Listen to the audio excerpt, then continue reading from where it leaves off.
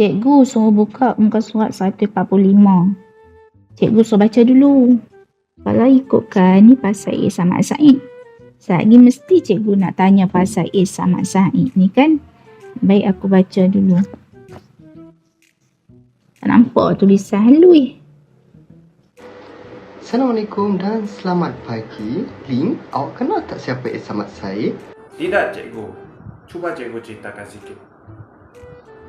Sebenarnya, Datuk A Samad Said ataupun nama sebenarnya Abdul Samad Muhammad Said merupakan seorang sastrawan tanah air yang banyak terlibat dalam bidang penulisan kreatif. Oh, begitu. Lagi-lagi, cuba cikgu cerita lagi. Seronoklah dengar cerita pasal tokoh A Samad ni. Cikgu, saya tahu. Nama sebenar beliau adalah Datuk Seri Abdul Samad Muhammad Said dan beliau lahir pada tanggal 9 April 1935 di Duren Tunggal, Melaka. Wow, hebatlah awak Hana. Hehe. Malah, beliau menerima pendidikan awal di Sekolah Melayu Kota Raja, Singapura pada tahun 1940. Bahkan juga, beliau turut melanjutkan pelajarannya di Victoria Institution sehingga sijil Senior Cambridge pada tahun 1956.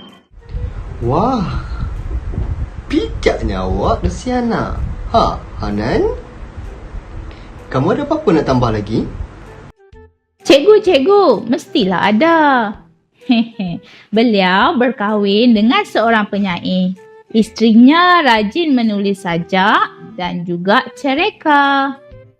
Cikgu, saya pun kenal beliau, cikgu. Saya nak memperkenalkan satu novel yang saya paling suka daripada beliau, iaitu Salina 1961.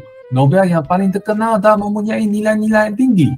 Novel Salina ini merupakan sebuah karya yang memiliki mutu penciptaan novel yang bertaraf antarabangsa. Novel ini mengisahkan tentang keadaan atau kehidupan masyarakat selepas Perang Dunia Kedua. Kan, Nisa? Betul tu, Lui. Novel Salina ini juga merupakan sebuah novel yang berlatar belakangkan sebuah perkampungan kecil di Singapura yang diberi nama Kampung Kambing. Namun, novel ini tidak hanya berfokuskan kepada satu watak sahaja dan mempunyai watak yang lain. Sungguh pun berbeza latar belakang.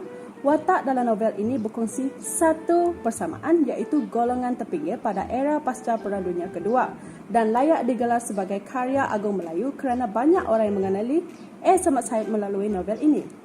Okey Hamid, boleh rumuskan sedikit tentang karya A Samad Said iaitu Hujan Pagi? Cikgu, boleh cikgu? Hujan Pagi 1987 mengesani dan menghuraikan kekusutan jiwa seorang wartawan generasi sebelum perang yang tidak lagi memahami dan menyesuaikan dirinya dengan perubahan arah dan perkembangan suasana akhbar masa kini. Bagaimana novel Hujan Pagi boleh dikaitkan dengan bidang perguruan? Dalam novel ini dirasakan ada sesuatu perjuangan yang bermakna sesuai dengan para pendidik.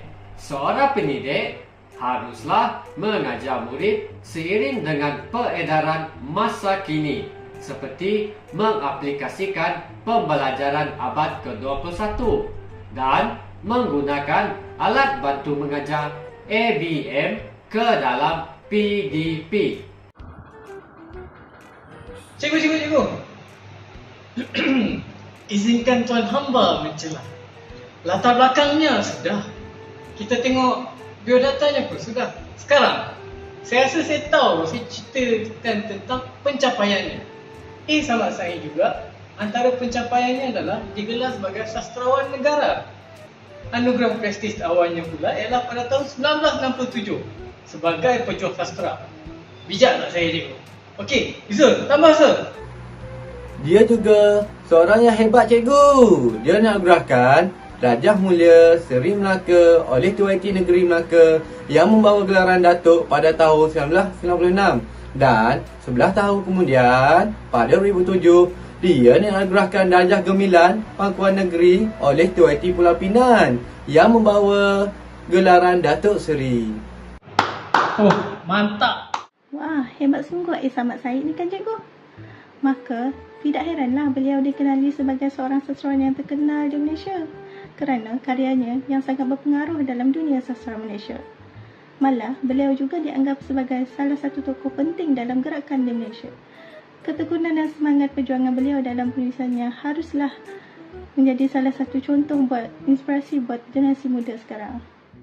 Ya, saya setuju. Selain itu, kita juga perlu mencontohi beliau kerana beliau merupakan sastrawan yang banyak menghasilkan karya yang bagus. Karya beliau juga banyak menceritakan tentang dunia sekarang secara realiti agar semua pelajar berada di tempat yang betul. Karya beliau atau hasil karya beliau sesuai untuk dijadikan teks atau wajar dijadikan teks dalam silibus pembelajaran pada zaman sekarang.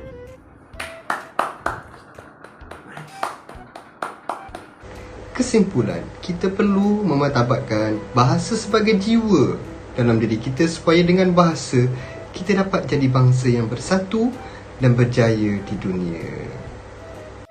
Ush, hebatnya. Terbaiklah.